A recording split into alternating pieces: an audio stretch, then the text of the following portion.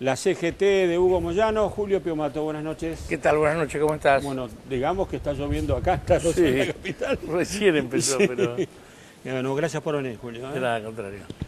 Mucho enojo, ¿no? Sindical, o al menos mayor parte del sindicalismo con la nueva ley de RT. Por los trabajadores, porque es jugar con la salud y la vida de los trabajadores, ¿no? Es un valor muy importante. Yo le escuchaba a Diana hablar de algunos conceptos, de respetar la ley y no respetar la Constitución Nacional, no respetar los tratados internacionales de derechos humanos, muchísimo más trascendente que no respetar una ley, ¿no? Es gravísimo. Yo le escuchaba a Diana Conti hablar de la forma, que yo fui parte, de cómo se debatió la ley de medios. Y bueno, si la libertad de expresión merece un debate nacional, me parece que la salud y la vida de los trabajadores también lo merece.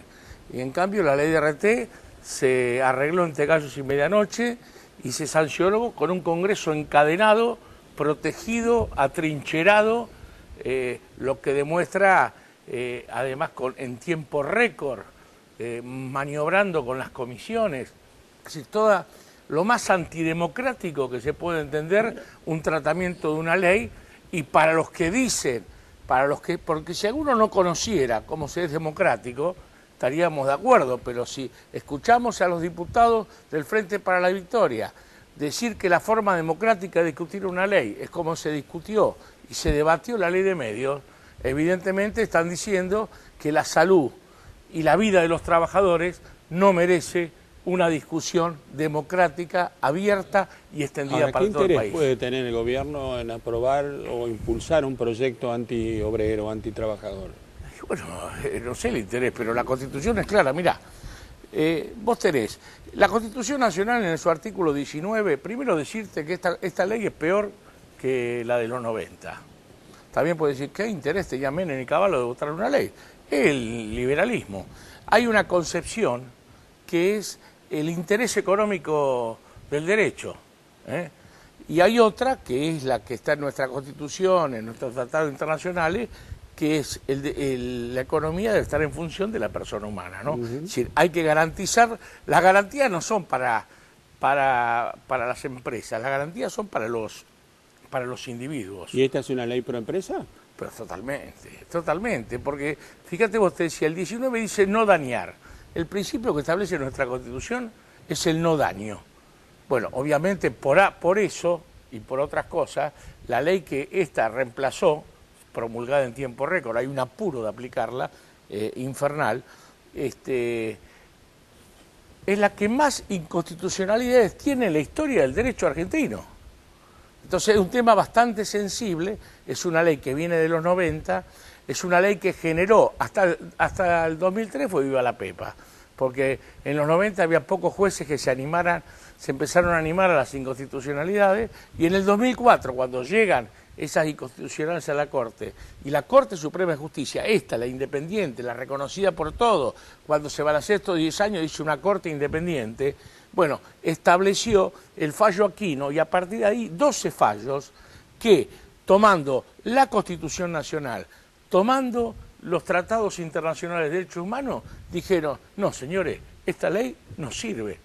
Y no uno, varios artículos de esta ley no sirven porque violan los derechos humanos de los trabajadores argentinos. Entonces, a partir de ahí, a las empresas se le hizo cuesta arriba, ¿no? Porque la ecuación, lo que tiene que ver en esto, es que los empresarios, primero el negocio de la CRT, que es primo de las AFJP, ¿no? Pero además, para los empresarios, si uno no abarata la indemnización, evidentemente, en la relación costo-beneficio, Charlie, el empresario no va a tener interés en invertir en prevención.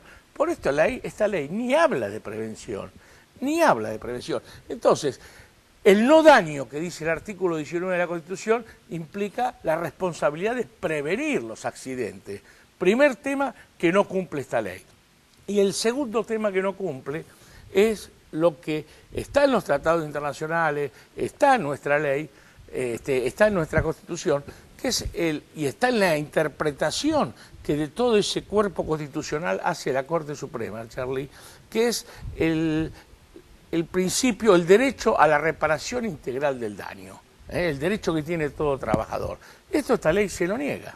Se lo niega. Que de hecho, si acepta el dinero del trabajador, no puede recurrir a la justicia. No, pero además tiene que hacer un trámite burocrático, sin asistencia letrada, sin saber, en una situación, si es precaria la situación del trabajador normal, frente al patrón, imagínate un trabajador accidentado o enfermo de una enfermedad laboral, una situación de precariedad, no solo personal, sino familiar, que es dramática.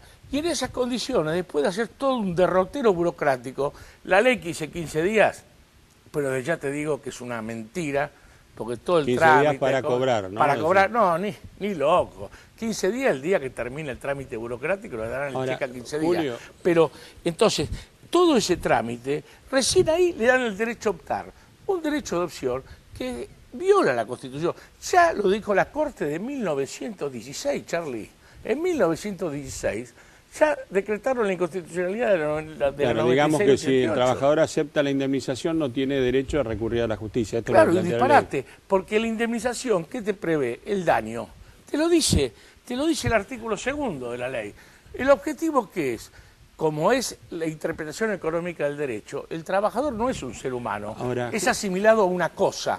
Entonces, lo que busca la indemnización es reparar la pieza, el repuesto, para reinsertarlo en la maquinaria, absolutamente deshumanizado. Ahora, Julio. Y vos sabés que en toda indemnización, en todo daño, está el lucro cesante, obviamente, está el daño emergente, el lucro claro. cesante, la chance, el daño moral. Ahora, Julio, hay toda una serie de rubros. pasa esta ley, el gobierno no contesta sobre el mínimo no imponible, se está fijando de una manera que Te no digo convence otro al- tema muy grave de esta ley, para terminarte. Le quita el juez natural. Si el trabajador después de eso elige, le quita el juez natural, el fuero que creó Perón.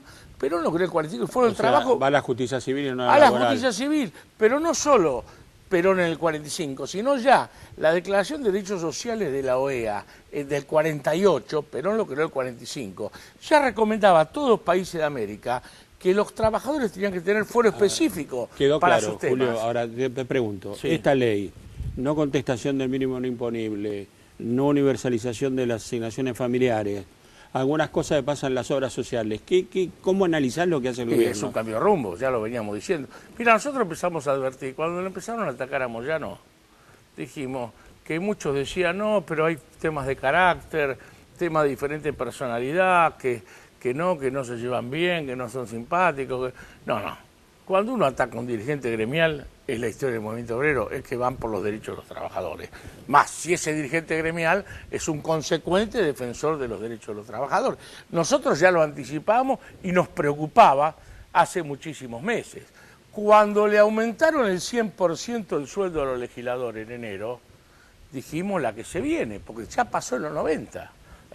Dijimos, si tanta generosidad para los representantes del pueblo, que tendría que ser más iguales a ese pueblo, es porque acá se vienen leyes como esta ley express, que sobre todos los que la votaron va a pesar la sangre y la vida de los trabajadores. Entonces, ese cambio que se dio viendo, creo que con esta ley alcanza un grado fundamental, porque en todas las demás cuestiones anteriores, lo que hacía el gobierno, inexplicablemente, era mantener políticas de los criticados por nosotros también, décadas de neoliberalismo en la Argentina. Ninguna de esas políticas, ni la del mínimo no imponible, ni la de asignaciones familiares para pocos, ni todas esas que cuestionamos, venían desde este gobierno, venían de atrás, ¿no? Venían de atrás. Ahora, esta ley de RT, cuando uno, ¿qué esperaba?